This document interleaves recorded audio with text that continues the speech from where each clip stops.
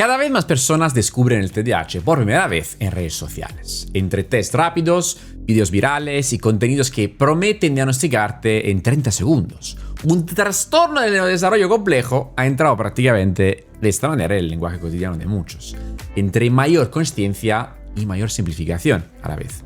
Y hoy vamos a entrar en este terreno porque hay preguntas que muy poca gente se hace. O sea, ¿qué es realmente el TDAH? ¿Por qué estos diagnósticos no paran de crecer? Y sobre todo, ¿qué papel tienen exactamente las redes sociales en todo esto? Soy Valerio Sepe y bienvenido a MindLab, el laboratorio donde quiero mostrarte cómo funciona realmente nuestra mente. Así que bienvenido a este nuevo video. ¿Qué es el TDAH de verdad? Trastorno por déficit de atención e hiperactividad. Pero este nombre ya esconde el primer malentendido, porque el TDAH no es simplemente no poder concentrarse. Es un trastorno del neurodesarrollo. ¿Qué significa eso? Que el cerebro se ha desarrollado de una forma diferente desde el principio. No es algo que aparece de mayor, no es algo que te provoca el móvil, ni siquiera algo que se contagia viendo vídeos en TikTok. Es una condición que tiene bases neurobiológicas reales y sus mecanismos siguen siendo objeto de estudio en la comunidad científica. Lo que sí sabemos es que el TDAH afecta principalmente tres cosas: la atención, el control de los impulsos y en algunos casos el nivel de actividad física. Y hay algo más que poca gente sabe. El nombre completo en inglés es Attention Deficit Hyperactivity Disorder. Y por ese nombre pero ya genera confusión, porque hay personas con TDAH que no son hiperactivas en absoluto. Son todo lo contrario, son tranquilas, son silenciosas, perdidas en su propio mundo interior. Eso se le llama perfil inatento. Y durante décadas fue el perfil más ignorado, especialmente en mujeres.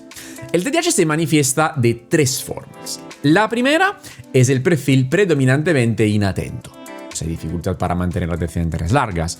Parece que no escuchas cuando te hablan directamente, pierdes objetos constantemente, te distraes con cualquier estímulo externo, te cuesta organizarte, procrastinas, no consigues terminar lo que empiezas. La segunda es el perfil predominantemente hiperactivo e impulsivo. O sea, movimiento constante, dificultad para quedarte quieto, hablas en exceso, interrumpes, actúas antes de pensar. Y en los niños se nota mucho, porque no pueden estar sentados, siempre en marcha. La tercera es el perfil combinado, o sea, las dos anteriores juntas. Es la forma más común de diagnóstico. Pero hay algo fundamental que el criterio clínico exige. O sea, para que sea un diagnóstico real, los síntomas tienen que durar más de 6 meses, aparecer en más de un contexto de la vida, son los estudios, y afectar de forma significativa el funcionamiento del día a día. O sea, un médico no te diagnostica TDAH en 5 minutos, y tampoco un test de internet, entonces puede hacerlo. Hablemos de hecho de números reales. La prevalencia mundial de TDAH en niños y adolescentes se estima entre el 5,9 y el 7,1%. En adultos los estudios apuntan a entre el 2 y el 3%. En España las estimaciones clínicas rondan el 3% de la población. Y esos números han sido relativamente estables durante décadas. Pero algo ha cambiado en los últimos años, y este algo se llama número de diagnósticos. En Italia, la Agencia del Medicamento registró cerca de 20.000 nuevos casos entre 2019 y 2025. En Canadá, las prescripciones de fármacos para TDAH aumentaron un 157% en menos de 10 años. Es bárbaro. En España y Europa Occidental, los datos siguen la misma tendencia. Y la pregunta más lógica es: ¿hay más TDAH que antes? Y la respuesta honesta de la comunidad científica es: probablemente no. Lo que ha cambiado es que lo estamos reconociendo mejor, porque durante décadas hubo personas que pasaron toda su vida sin diagnóstico, sobre todo mujeres, cuyo perfil suele ser más silencioso y menos visible que el de los hombres. Además, el DSM-5, o sea, el Manual Diagnóstico Internacional, amplió los criterios en 2013 para incluir formas más sutiles del trastorno y también para diagnosticarlo en adultos, algo que antes era casi imposible. De hecho, han redactado una lista de síntomas que la psiquiatría asocia al TDAH. Y si tú lees esta lista, puedes caer en una trampa, porque muchos de esos síntomas los reconoces seguramente en ti mismo. Dificultad para prestar atención en detalles, errores por descuido, problemas para mantener la atención en tareas o actividades, no terminar lo que empiezas, que te cueste organizarte. evitas las tareas que requieren un esfuerzo mental sostenido o pierdes objetos con facilidad. Distraerse con facilidad para cosas muy sencillas, olvidas actividades cotidianas. Y sinceramente, ¿cuántas de estas cosas te han descrito? Ahora, escucha eso. Según los criterios clínicos del DSM-5, para un diagnóstico válido necesitas al menos 6 meses de esos síntomas presentes en más de un contexto de tu vida y con un inicio antes de los 12 años y un impacto real y medible en tu funcionamiento. O sea, no es una lista de rasgos de personalidad, es una evaluación clínica compleja que requiere un estudio profundo y la diferencia entre los dos es enorme. Entonces, ¿por qué los diagnósticos siguen creciendo? Hay varias explicaciones que coexisten. La primera es positiva, o sea, hay mayor conciencia y mejores herramientas clínicas. ¿Ok? O sea, hoy en día el DSM-5 permitió identificar formas más sutiles, los profesionales están mejor formados, el estigma, aunque sigue existiendo, ha disminuido drásticamente. Y todo esto ha sacado a la luz casos que antes quedaban ocultos. La segunda razón tiene que ver con el género. O sea, históricamente el TDAH se diagnosticaba casi exclusivamente en niños, porque el perfil masculino, más hiperactivo y visible, era el modelo de referencia. El perfil femenino, más inatento, más silencioso, pasaba desapercibido durante años. Hoy esto está cambiando y miles de mujeres adultas están recibiendo diagnósticos tardíos que deberían haber tenido hace décadas. La tercera razón es la más incómoda y la más importante, y tiene que ver con algo que ha cambiado radicalmente en los últimos 5 años, o sea, las redes sociales. Pero a esto volvemos en un momento.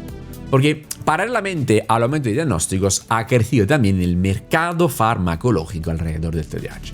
Los fármacos más usados son el metilfenidato, conocido comercialmente como el Ritalin, por ejemplo, y también anfetaminas como la lisdexanfetamina. En Italia, por ejemplo, según el informe nacional OSMED del 2024, el uso de metilfenidato creció un 28,8% respecto al año anterior. En el Reino Unido se analizó las tendencias de prescripción entre 2019 y 2024 y se detectó un aumento anual promedio del 18%. Esos fármacos, claramente cuando están bien indicados y supervisados, son herramientas válidas y eficaces y necesarias.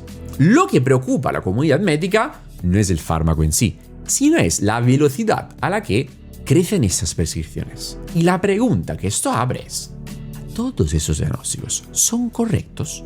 O sea, ¿realmente toda esta gente tiene TDAH? Y aquí llegamos al núcleo del asunto. TikTok acumula más de 157 millones de publicaciones con el hashtag ADHD. Este hashtag ha generado más de 30.000 millones de visualizaciones. ¿Y qué muestran esos vídeos? Testimonios personales, listas de síntomas presentados como una checklist para poder identificarse, test de autodiagnóstico y frases como: si tienes esto, si haces esto, probablemente tienes TDAH.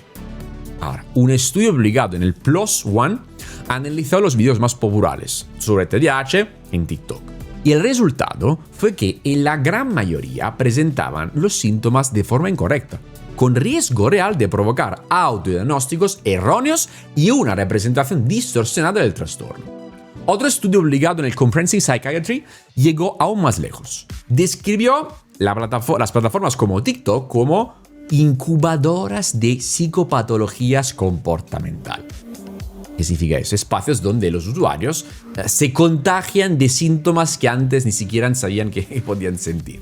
Y hay un mecanismo psicológico muy claro detrás de todo esto, que se llama efecto de identificación. O sea, cuando ves un video que describe síntomas como la distracción, la procrastinación, el olvido de cosas, dificultad para terminar las tareas, una parte de tu cerebro dice: espera, esto me pasa también a mí. Y este reconocimiento produce un alivio, una curiosidad, unas ganas de saber más, porque te da de repente una explicación para algo que te ha costado de toda la vida. Y tienes por fin una etiqueta, ¿ok? Y el problema es que esos síntomas son tan amplios y tan comunes que prácticamente cualquier persona en 2026 que tiene un teléfono en la mano puede reconocerse en esta lista. Y esto no significa que todos tengan TDAH. A veces significa que vivimos en un entorno que está destruyendo nuestra capacidad de atención. Porque pensa un momento, los algoritmos de TikTok, de Instagram, de YouTube están diseñados para capturar la atención con estímulos cada vez más rápidos, más intensos y más novedosos. Y, llevamos años prácticamente entrenando a nuestro cerebro a funcionar a la máxima velocidad. Aburrirse entonces en segundos si algo no es inmediatamente estimulante. Y al necesitar el siguiente estímulo antes de haber procesado el anterior. Después de años entonces de entrenamiento constante, intentar estudiar durante 2 horas algo que no te apasiona se vuelve casi imposible. ¿Eso es TDAH? No necesariamente. Puede ser simplemente un resultado lógico de haber expuesto el cerebro a un sistema diseñado para distraerse de manera permanente. Y el peligro del autodiagnóstico viral no es solo un diagnóstico incorrecto, es que te quita el poder, te quita la responsabilidad. O sea, si yo creo que mi cerebro tiene un problema orgánico, dejo de preguntarme qué puedo hacer yo, cómo puedo cambiar mis hábitos, cómo puedo cambiar mi entorno, cómo puedo cambiar mi método.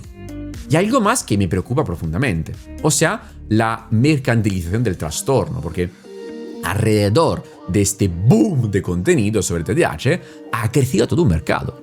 Suplementos para el enfoque, apps de productividad para cerebros con TDAH, o personas que no tienen una formación real que pues se venden para poder ayudarte en estos ámbitos. Entonces, ¿qué quiero que te lleves de este video?